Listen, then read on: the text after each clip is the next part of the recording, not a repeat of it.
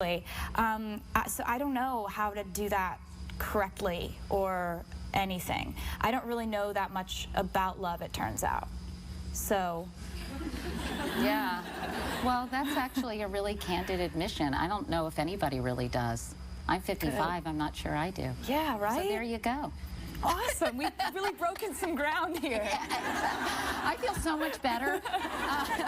But you've been linked with some, you know, cute guys over the past few years. And I'm just curious, what have you learned? I mean, I know you say you don't really know anything about love, but you obviously, I sort of feel that with each relationship, you learned something. You know, you learn something about yourself, your needs, what you want, what you don't want. You mean like how to get cute guys, or? No, how to have a good, healthy relationship. I don't know.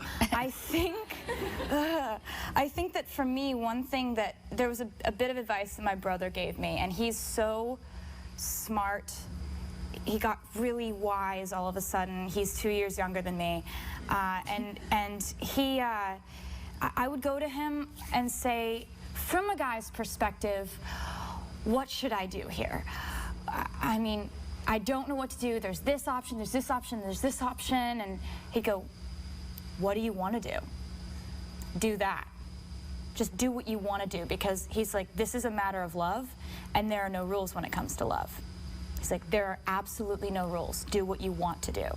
And I think that was the most liberating piece of advice that I've gotten, because it's the most unpredictable thing. You think it's one thing, it turns out to be another. It's like, you know, there's trapdoors and all kinds of scary stuff, and like caves and bears. You don't know what's gonna happen, and so you just have to do what you feel like doing. It's like going with your gut, I guess. But it's hard, because, you know, to put your heart on the line, it can get crushed like a country song. Yeah. Right? Yeah, but you know what? I think that I've learned through songwriting that if something made me feel deeply, or anything at all, it was worth it. Some of the people you've been with, like John Mayer, claims your hit song, Dear John, was about him and he felt humiliated. Oh, come on.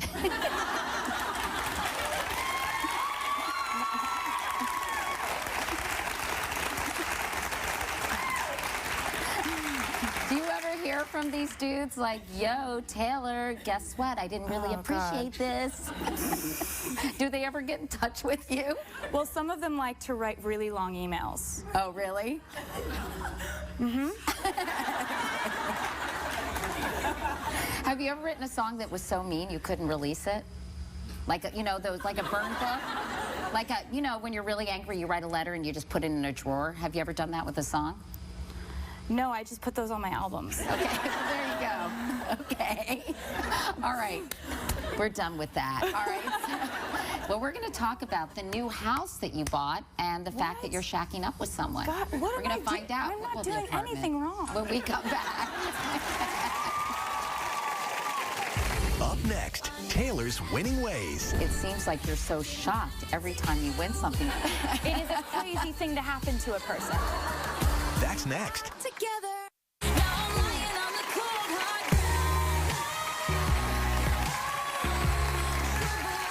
And we're back with Taylor Swift. You know, Taylor, I know you recently bought a condo in Nashville, and I got a chance to visit it, and it's sort of decorated like the secret garden in a way. It must be your little sort of safe place, your refuge, is it? Yeah, absolutely. And you were one of the first people to see it, so I'm glad that you like it. No, it's really pretty, and I was kind of shocked that you're living with someone.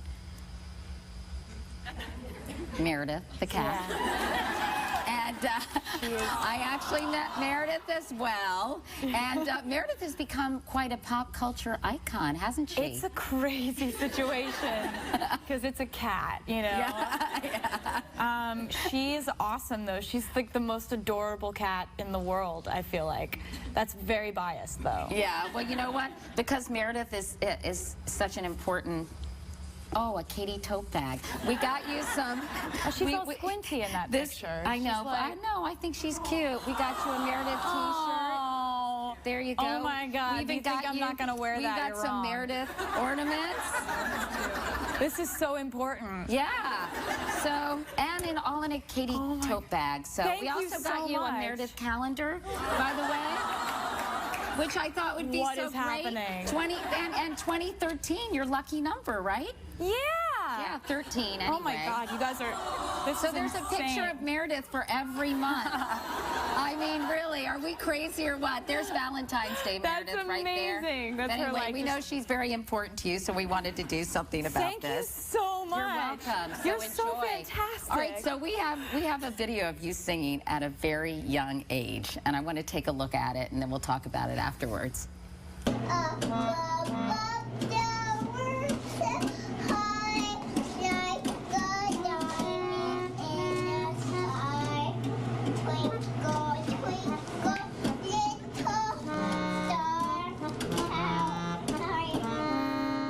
Wow, listening to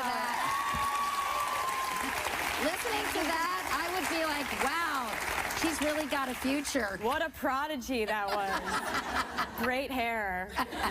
Wow. When did you figure out, though? There must have been an aha moment in your life where you thought, gee, this is in me. I can do this. I have, music pulsing through my veins. I never thought I can do this. I never really felt like you're a shoo-in. You're gonna kill that. Easy. And in like, fact, you still have a lot of anxiety, I know, and you worry a lot. yeah, not like rocking back and forth. No, but I know you worry about things, even when things are going really, really well. Oh yeah, like I worry you about have everything. this little voice, sort of inside of you saying, sort of negative You thoughts. can't do it. You're a loser. Is that what the voice says? Yep. Let me talk about your anxiety issues a little bit more. Oh, great. No, one of the funny things, you have these recurring nightmares. Yep. Yeah, tell us what they are. I get hauled off to jail for something I didn't do. And this is a recurring nightmare. Yes. And then you have another one, right, about clothes or Yeah, like dirty clothes? I'm in a room and I wake up and I have all these piles of clothes all over the floor, and I start cleaning them and they start multiplying, and then they're on the ceiling and they're growing, then they're on the ceiling growing, and the ones over here are growing and I can't clean them and they keep multiplying. Now, we actually, I thought this would be sort of funny. We called a dream analyst. Are to you find serious? What these dreams mean. I don't know if I and wanna apparently, know. yeah. Apparently, your dream of being arrested, it's the subconscious fear of losing it all. Yes, that happens. And the clutter dream, the closed dream, that you worry about things getting out of order and not having control. That's pretty kind of obvious, yeah, isn't it? Definitely. Yeah. Woo. How do you? Very insightful. Yeah. You told me that if people do get tired of you, you're going to just write songs for other people. Do you really think that'll ever happen, and there will come that day? And how will you know? I don't know. I don't know, and that's another fear, and that's another nightmare. We can talk about that after. If you want. This is going to be a very expensive session. Yeah, seriously. I just feel like there will be a time when I'll probably kind of step a little bit backwards from it a little bit, because I think that it's important to really live in the moment while you're here, but I also think it's important to know when it's time to walk off stage. You definitely want to avoid being predictable. Yeah, that's And why so that's part of the reason why I made this record the way that I made it. I just don't